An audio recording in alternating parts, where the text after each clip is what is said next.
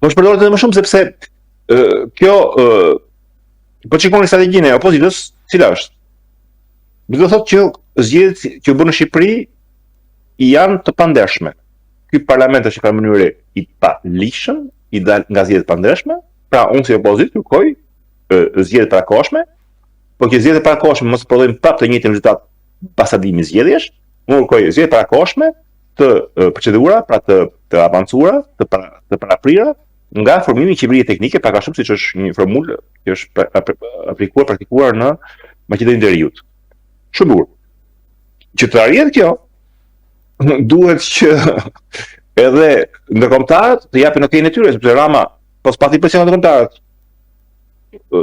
PD-ja dhe mund t'i trefishoj ato manifestimet si në kohë, i bëtrej një javë, ashtu edhe në përmbajtjet, ti radikalizohet 3 herë, Rama se ka si problem, mos pyes fare dhe shton ai dhunën policore. Pra po si që presionin ndërkombëtar, kjo opozitë mund të realizojë agjendën e saj, zgjedhje teknike, zgjedhje parakoshme qeveri teknike.